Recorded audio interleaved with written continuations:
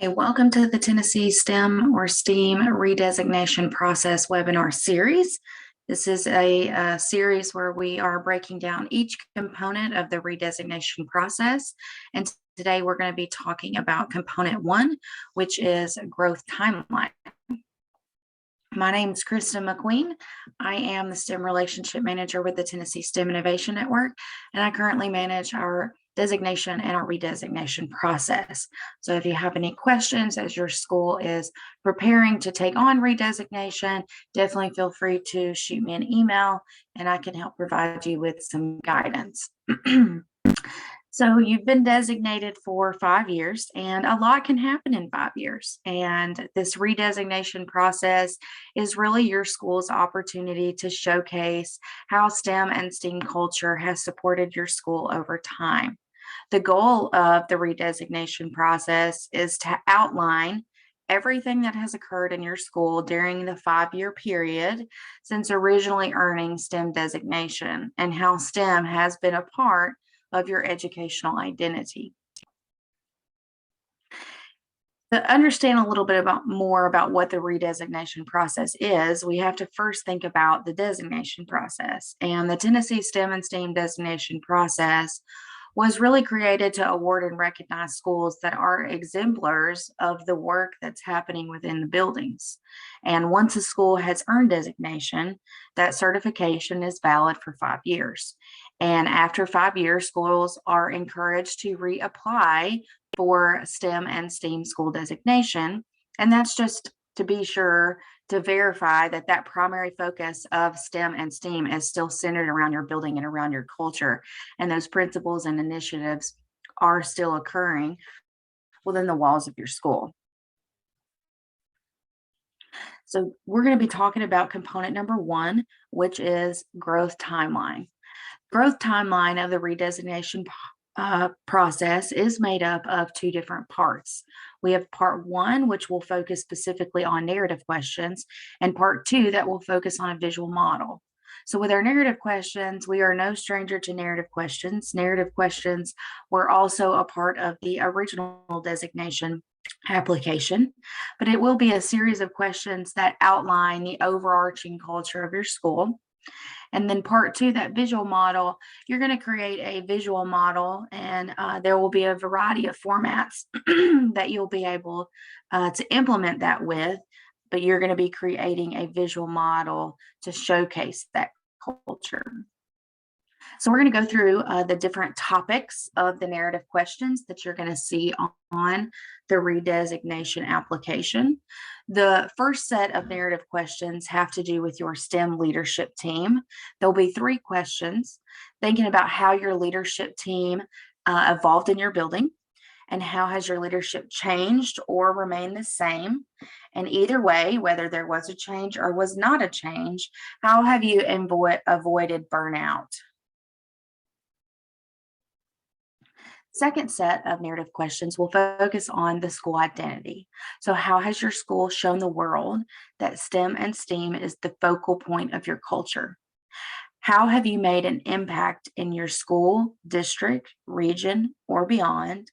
And how has professional learning been a catalyst for change within your building? The third set of narrative questions is about innovate. How has your school evolved in pedagogical approaches? Have physical spaces been modified or renovated to support innovation? How do you ensure that STEM and STEAM is integrated across the curriculum and doesn't become an isolated event in the building?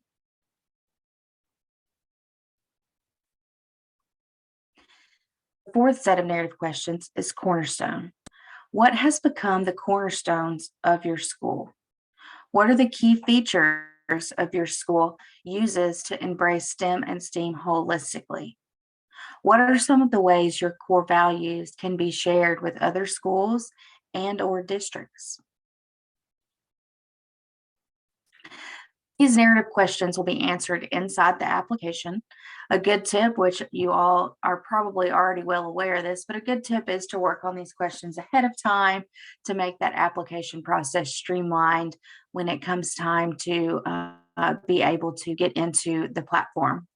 Another question to think about as your school works on identifying the uh, growths and the areas of strengths and areas of weakness of your school is how has that STEM focused funding from the Tennessee Department of Education impacted your school's STEM and STEAM efforts?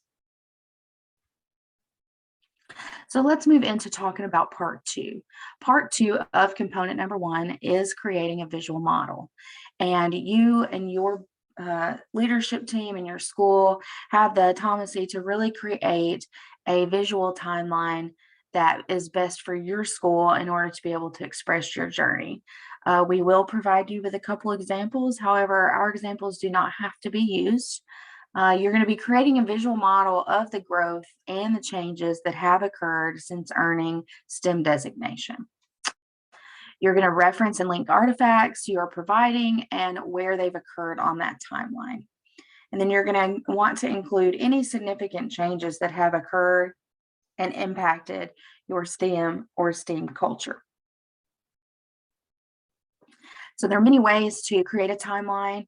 I did list a couple of different possible platforms that you could use: PowerPoint, Word, Canva, PDF, Excel. There are tons of other free different platforms out there that you could use to be able to help create and design a visual timeline for this piece of the redesignation process.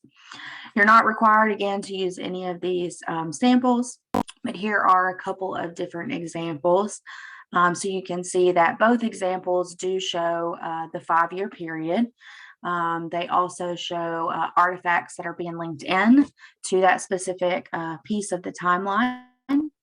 And then you can just see that school, an example would be that schools just kind of plug in different things that have had an effect or impact on their STEM or STEAM culture throughout that 5 years. So looking at example one, you can see that there are two things that we placed up there. COVID in year 1 and year 2, and then the loss of a principal in year 4. And if you jump over to example number 2, you're going to see that COVID impacted year 1, year 2, a new principal in year 4. You can see in year 2 and year 3 that it marked that this was our area of most growth. In year 1, students received one-to-one devices. You can see that PBL was happening in the building all 5 years. In year 4, they got a new makerspace. In year 4 and 5, they had a school culture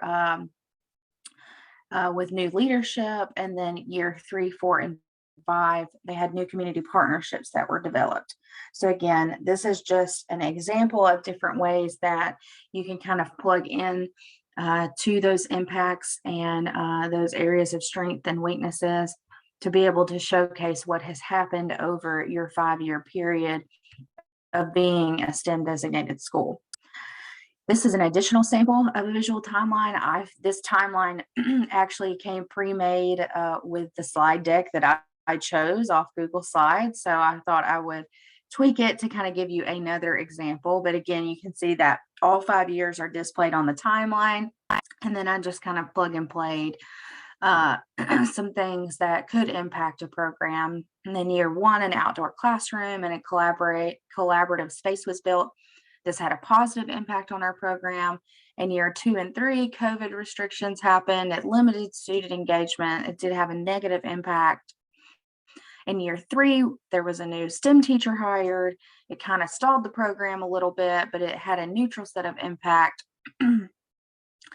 In year 3, there was a high percentage of teacher turnover. We had to engage new staff in PD. In year 4, we did have a leadership change. So the staff is working with the new leadership team to revise the STEM programming, which does have a positive impact. And in year 5, new community partnerships were acquired, and this had a positive impact on our program.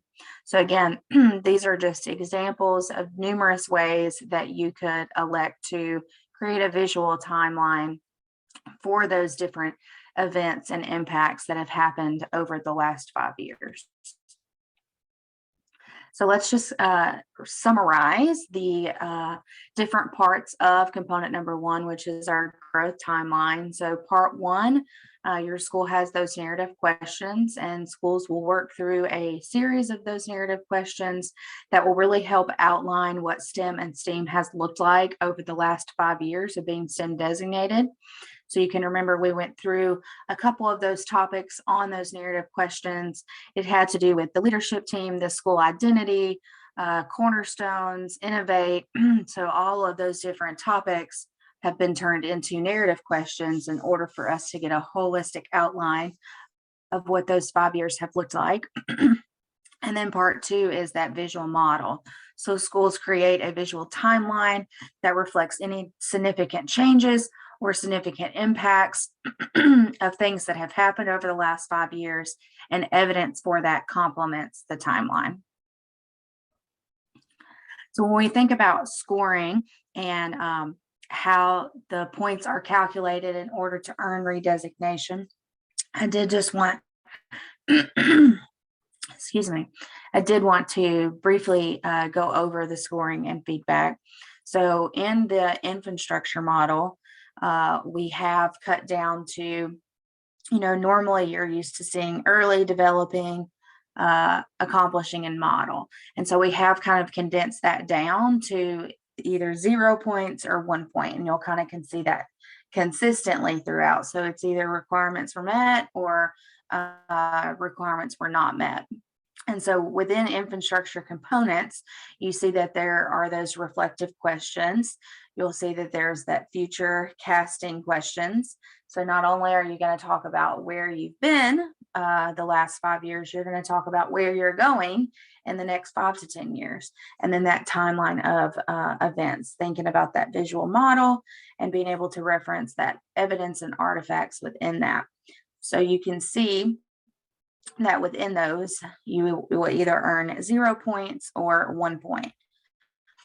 And the same goes as you move throughout the redesignation process. Elementary and middle schools have an opportunity to earn a total of 16 points using the new scoring protocol, and that schools must earn 14 of those 16 to earn redesignation. And then high schools have the opportunity to earn a total of 17 points with the new scoring protocol, and schools must earn 15 out of those 17 points to earn redesignation. And so if you kind of look down at the bottom where it kind of breaks it up, you can see that that infrastructure component is worth 3 points. And then curriculum and instruction, professional development, achievement, and community partners are all scored based off of the original designation rubric. So curriculum instruction is 7 points, because if you recall, the rubric goes from 2.1 to 2.7. And then professional development, achievement, and community partners all have 2 sub-attributes within those. So giving you a total of 16 if you're elementary and middle, or a total of 17 if you are high school. And as you can see, curriculum instruction, professional development, achievement, and community partnerships are scored using that original rubric from the initial STEM and STEAM designation process. So again, we have stuck with that 0 points to 1 point. So you can see that 0 now represents early or developing, and 1 point now represents accomplishing or model. So this is just a snippet out of it. You can see we know that 2.1 goes all the way to 2.7. So this is just, again, just a kind of a snippet out of that. So we would go through that with the original rubric and score based off of this new point protocol.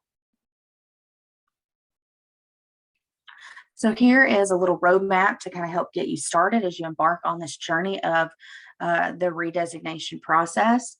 So prior to the redesignation year, you're going to want to meet with your STEM leadership team, review your school's original application, look over your school's feedback form. We do have copies of school's final feedback form. So if your school would like a copy of that, definitely feel free to shoot me an email.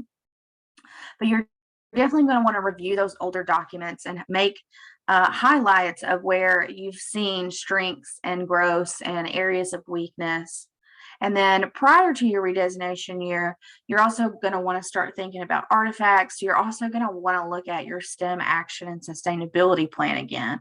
Hopefully this is a document that has traveled with you all 5 years, and it has evolved with every passing year, but taking a look at that STEM action plan and cross-checking to make sure that those initiatives and goals are still outlined in the initiatives that are happening within your building. So the application opens up in January. If you're a 2018 school, it will be January of 2023. They open up in Slide Room, and I will send you instructions on how to set up that Slide Room account. Slide Room is very user-friendly. It has the capability to upload about any file type, and it stops and saves your work as you go. Really user-friendly. It's a platform that we've been using the last couple of years and have had much positive feedback throughout. January through September, schools will really have the opportunity to work in Slide Room, to build out their application, their visual timeline, working on those narrative questions, and completing all the components of the application. And then the application gets submitted on September 15th. And then the redesignation review team will take the opportunity to review those applications during the month of October and November. And then starting in December, we will start scheduling site visits. And then we will notify schools the following January, in January of 2024. So about a year-to-year process of being able to start the redesignation process to earning redesignation. I did put a couple of FAQs in here just as schools think about this process, questions that naturally come up. So the platform, again, that I mentioned just in that previous slide is a portal called Slide Room. I'm sure you've noticed that with 2022, we have been saying STEM or STEAM. Schools do now have the opportunity to self-select whether they want to be STEM or STEAM designated on the application. So as you're going through this process and in the 5 years, your school has been able to integrate the arts and really showcase that with artifacts and evidence, then by all means, you are able to self-select STEAM designation. So thinking about your application window and when to apply, designated schools wishing to renew that designation process are required to apply after 5 years of their original designation year. And previously designated schools will be invited by TSIM to apply at the appropriate time. So don't ever feel stressed out of not being able to figure out exactly which year you should apply. We will send formal invitations to the schools that are up for redesignation, and that school can choose whether to reapply or not. Applications are due on September 15th, and site visits are conducted in December, and then our notifications are made in January. We will put together a type of press release for your school, but then a recognition will also follow at the Tennessee STEM Innovation Summit, which happens in May, where we get to celebrate with the commissioner. And lastly, I just wanted to plug in our component webinar schedule. So you can see that we have already done the process timeline as a whole, looking at what the redesignation looks like in its entirety. We have just finished component number 1, timeline. So be sure to join us for component number 2, where we'll talk about artifacts, component number 3, where we'll talk about the future casting, and component number 4, we will talk about site visit and scoring.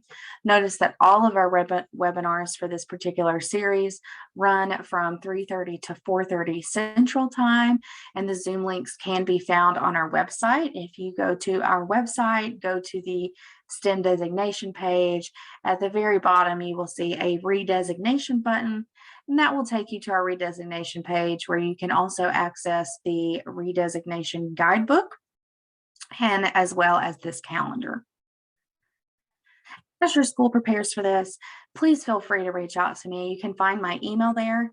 I also have open office hours. Open office hours can be found on our designation website as well. You'll see where it says open office hour, and you can sign up to meet me on Teams, and we can have a face-to-face conversation with anything that your school may have questions or concerns about. But either way, I am here to support your school as you embark on this process of the road to earning redesignation. So thank you for your time and have a great day.